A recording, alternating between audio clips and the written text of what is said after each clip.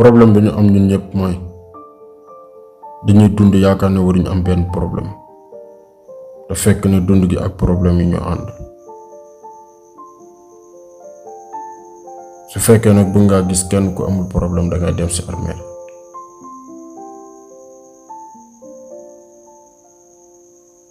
donc nañu affronter problème yi te jàll ci leneen te xam ne mook dund gi ñoo ànd. secret réussite mooy nga fexe xam naka ngay utiliser sa souffrance ak sa plaisir au lieu sa souffrance ak sa plaisir de la utiliser.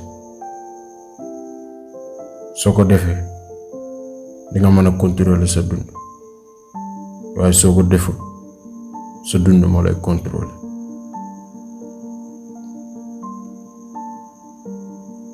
bépp nit boo gis mu réussir dafa amoon rêve topp rêve boobu jusqu'au bout.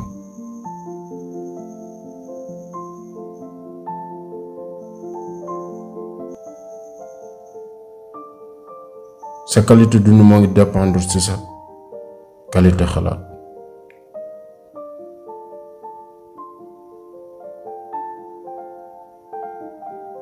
sa yoon bi nga war a jaar pour réussir bokkul ak benn yoon.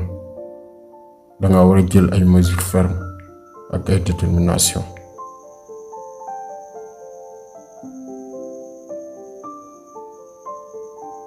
nit ku nekk am na benn force intérieure boo xam ne une fois mu génn ko rek lépp lu mu rêvé mën na koo def réalité.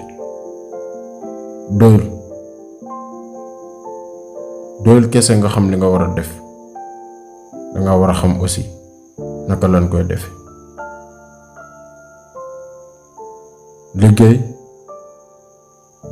liggéey ci la ay résultats yu baax nekk.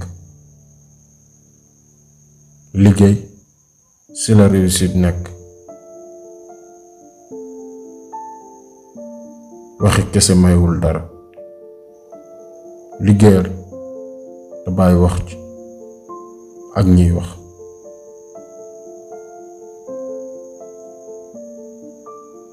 del faral di toog di laaj sa bopp sa concentration yi ak sa énergie bi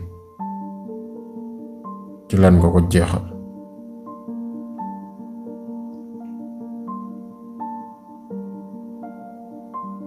sa dund gi du jékki-jékki rek baax comme ni nga ko bëggee par hasard non mais avec changement lay doon.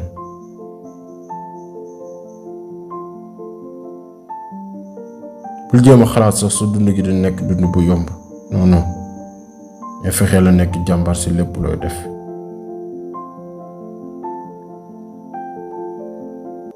sa bonheur nekkul looy préparer walla looy wekk ci sa ëllëg loo war a dund tay la.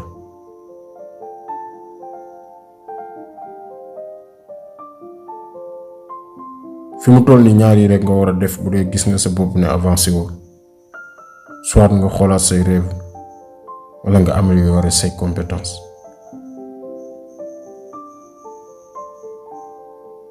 su fekkee ne pare woo pour risque dara ci sa àdduna looy waaj a def di si xalaat perte néew ma di nga avancer de mais du yomb. Jim Rohn nee na succès may nga def mbir yu ordinaire mu doon lu extraordinaire. nekkul ne ngelaw li moo lay jox fi nga war a jaar sa destination mais orientation bi nga jox sa bopp rek la.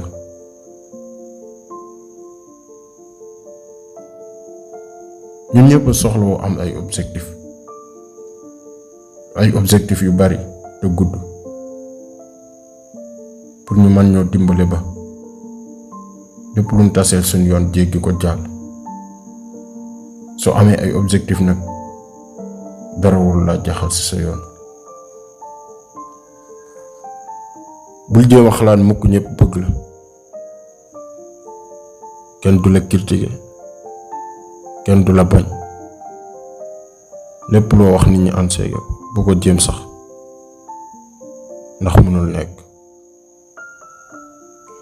su fekkee ne vidéo bi neex na la maa ngi lay ñaan nga aimé wax sa xalaat ci commentaire yi su fekkee abonné go nga abonné bës cloche de notification bi pour vidéo bu ñu dugal YouTube envoyé la ko merci.